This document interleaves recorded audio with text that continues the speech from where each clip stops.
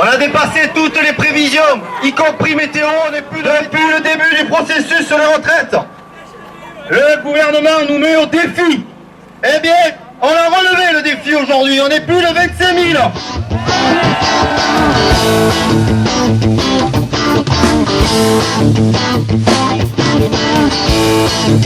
Et pourtant, c'était mal parti ce 7 septembre devant la préfecture de Vaucluse. Les violents orages de la nuit et de la matinée ayant empêché de nombreux salariés de se joindre à cette manifestation unitaire. Je m'adresse à vous au nom de toutes les organisations syndicales du département qui, dans l'unité, ont appelé à se mobiliser aujourd'hui.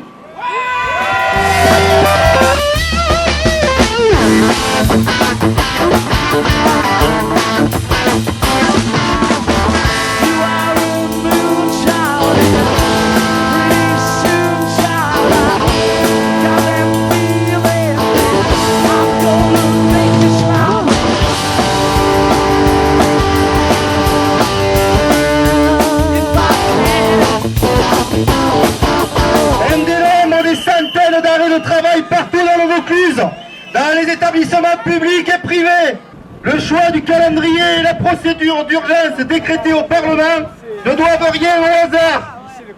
Comme le feu d'artifice raciste et sécuritaire, tout cela devait détourner l'attention des Français de l'épreuve sociale qui s'engage, mais vous voyez, rien n'y a fait. Surtout, il s'agit d'empêcher que s'installe dans le pays un vrai débat de fond sur ce qui est vraiment un enjeu de société. Pour le gouvernement, tout doit être bouclé très vite. Comme pour le CPE, souvenez-vous.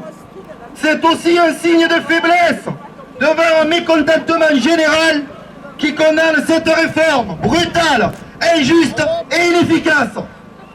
Les riches sont de plus en plus riches, les pauvres de plus en plus pauvres.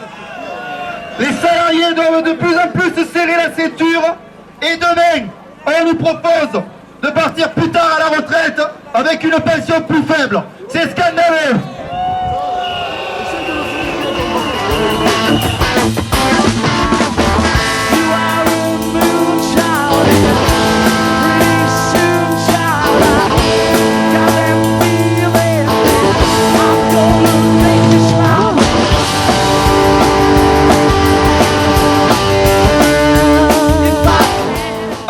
Français et les marchés.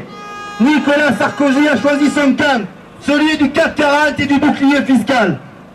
Le chef de l'État est résolu à faire prendre tous les risques à la société française pour imposer cette casse du droit à la retraite qui amorcerait la fin des dispositifs de solidarité conquis pendant plus d'années par les travailleurs dans ce pays.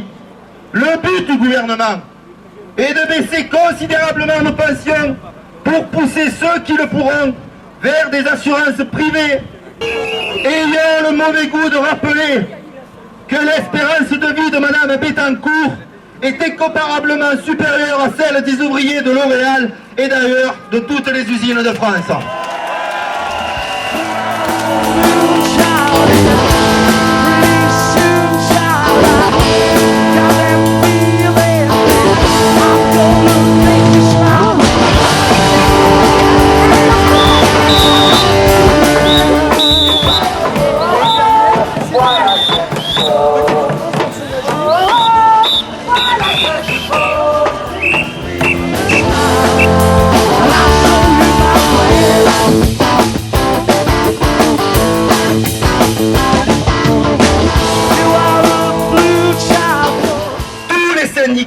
Sans exception, sont maintenant ensemble pour appeler les salariés du public comme du privé, les jeunes, les retraités, les privés d'emploi, à agir dans l'unité pour y faire barrage. La réforme Sarkozy est l'une des plus dures d'Europe. Ce texte de loi sur les retraites est une provocation. Nous n'en voulons pas. Emploi, pouvoir d'achat, santé, hausse des prix, avenir des services publics, autant de sujets parmi d'autres où un changement de cap est attendu également. On nous refuse le débat sur les nouveaux financements indispensables. Les solutions avancées ne permettent pas de pérenniser durablement le système et comble d'injustice font porter les efforts à 85% sur les salariés. Les entreprises, les hauts revenus, les revenus du capital sont 5 fois moins mis à contribution que les salariés. Les réformes, Balladur et Fillon, ont déjà par le passé eu pour conséquence de reculer l'âge de départ et d'allonger la durée de cotisation sans pour autant régler le problème essentiel du financement. Cette crise, ce ne sont pas les salariés qui en sont à l'origine, c'est bien celle d'un système fondé sur la recherche effrénée de la rentabilité financière par la mise en concurrence des salariés. Une autre répartition de richesse est nécessaire dans ce pays et c'est possible.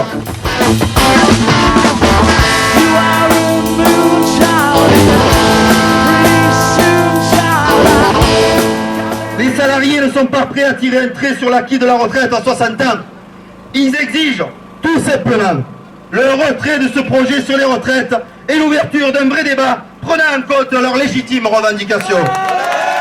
Plutôt que de contraindre les salariés à rester plus longtemps au travail, le gouvernement ferait mieux de s'interroger sur les raisons pour lesquelles c'est en France que les jeunes sont embauchés le plus tardivement et c'est aussi en France qu'après 50 ans, les risques de chômage se multiplient.